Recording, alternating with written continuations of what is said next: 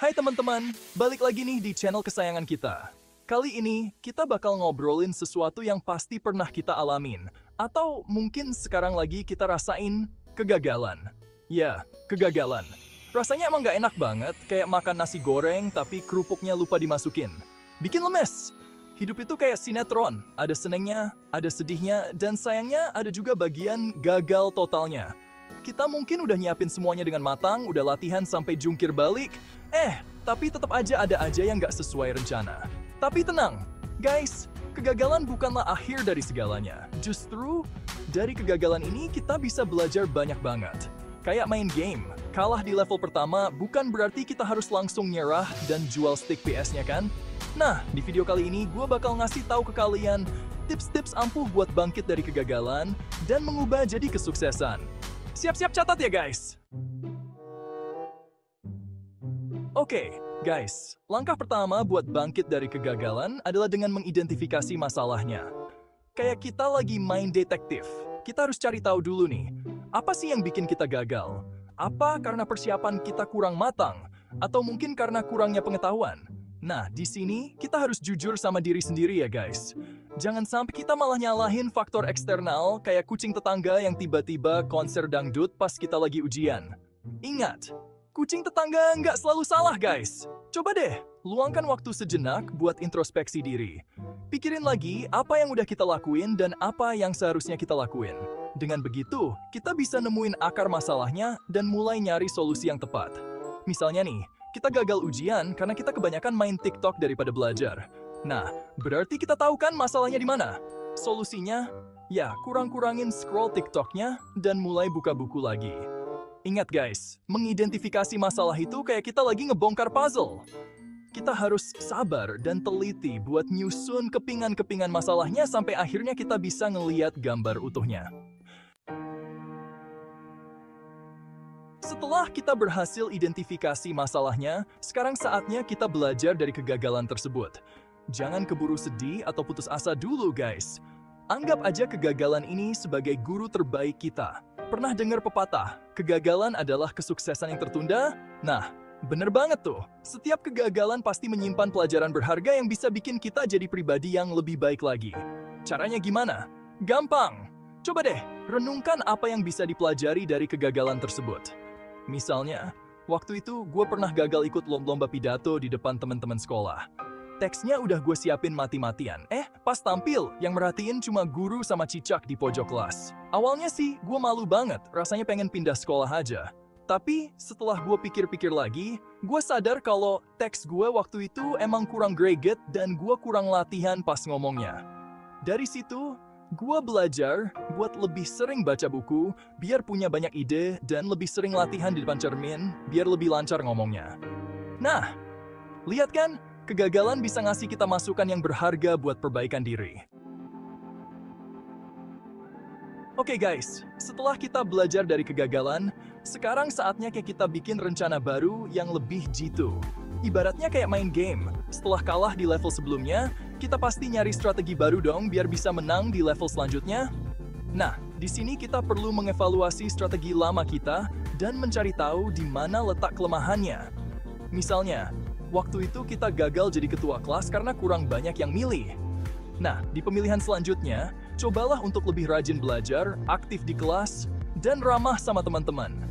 Tapi ingat guys, rencana baru ini harus lebih matang dan terarah ya. Jangan sampai kita mengulangi kesalahan yang sama. Ibaratnya kayak naik sepeda, kita harus siapin dulu sepedanya, cek remnya, dan siapin helm biar nggak jatuh. Selain itu, jangan lupa juga untuk menetapkan target yang realistis. Jangan terlalu muluk-muluk, tapi juga jangan terlalu rendah. Bab 4, berlatih bersikap positif. Bye-bye, negative vibes. Guys, ingat ya, sikap positif itu ibarat tameng buat ngelawan kegagalan. Kenapa? Karena dengan berpikir positif kita jadi lebih semangat, lebih yakin, dan lebih siap buat ngadepin tantangan-tantangan baru. Coba deh, mulai sekarang, setiap kali kita ngerasa down atau putus asa gara-gara kegagalan, langsung ubah cara berpikir kita. Daripada fokus sama kegagalannya, mending fokus sama pelajaran yang bisa kita ambil dan kesempatan-kesempatan baru yang terbuka lebar di depan mata. Misalnya, kita gagal menang lomba lari. Daripada sedih berkepanjangan, mending kita cari tahu apa kekurangan kita dan bagaimana cara memperbaikinya. Siapa tahu, di lomba berikutnya, kita malah bisa menang, kan? Ingat, guys, pikiran positif itu kayak magnet yang bisa narik hal-hal baik ke dalam hidup kita. So, stay positive and keep smiling. Bab 5, mencari dukungan. Curhat time. Guys, menghadapi kegagalan sendirian itu berat loh. Kadang, kita butuh teman buat cerita, buat nangis-nangis, atau sekedar buat ngeluarin unek-unek yang selama ini kita simpen di dalam hati. Nah, di saat-saat kayak gini, jangan ragu buat mencari dukungan dari orang-orang terdekat kita, kayak keluarga, sahabat, atau kakak adik. Curhat sama orang yang kita percaya bisa bikin hati kita lebih lega, pikiran lebih tenang, dan semangat kita kembali membara. Mereka bisa ngasih kita nasihat bijak, semangat baru, atau sekedar pelukan hangat yang bisa nenangin hati kita yang lagi gundah gulana. Tapi guys, ingat ya, pilihlah orang-orang yang tepat untuk diajak curhat. Jangan sampai kita malah curhat sama orang yang salah, yang bukannya ngasih solusi, malah ngejudge atau ngeremehin kita. Intinya, jangan pernah takut atau malu buat minta bantuan orang lain, guys. Karena sejatinya, manusia adalah makhluk sosial yang saling membutuhkan satu sama lain. Bab 6. Fokus pada proses, bukan sekedar hasil. Nikmati perjalanannya. Guys, hidup ini bukan cuma tentang hasil akhir, tapi juga tentang proses yang kita jalani buat mencapai hasil tersebut. Seringkali, kita terlalu fokus sama hasil sampai lupa buat menikmati prosesnya. Padahal, dari proseslah kita bisa belajar banyak hal, mengembangkan potensi diri, dan menemukan jati diri kita yang sesungguhnya. Ibaratnya kayak kita lagi naik kereta api ke kota tujuan.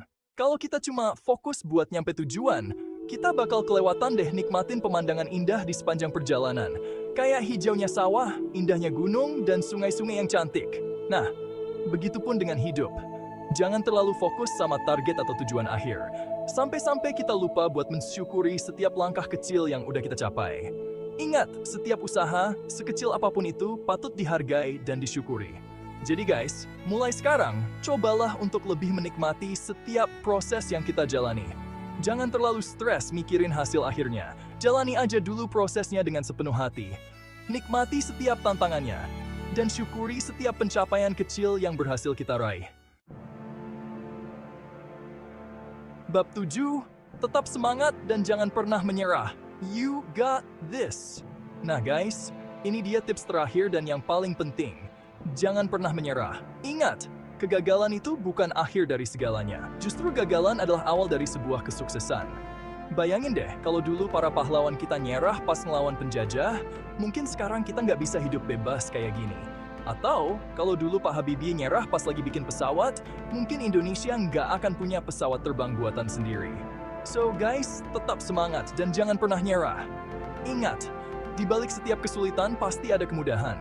Teruslah berjuang, teruslah berusaha, dan yakinlah bahwa kita pasti bisa melewati semua rintangan dan mencapai kesuksesan yang kita impikan. You got this, guys! Jadi itulah tips-tips untuk menghadapi kegagalan yang pernah terjadi, sehingga Anda bisa hidup lebih maju dan lebih sukses setelah menonton video ini. Ingat, kegagalan bukanlah akhir dari segalanya, melainkan awal dari sebuah perjalanan baru yang lebih menantang dan lebih seru. Terima kasih telah menonton. Jangan lupa untuk like, share, dan subscribe untuk mendapatkan lebih banyak konten inspiratif lainnya. Sampai jumpa di video berikutnya.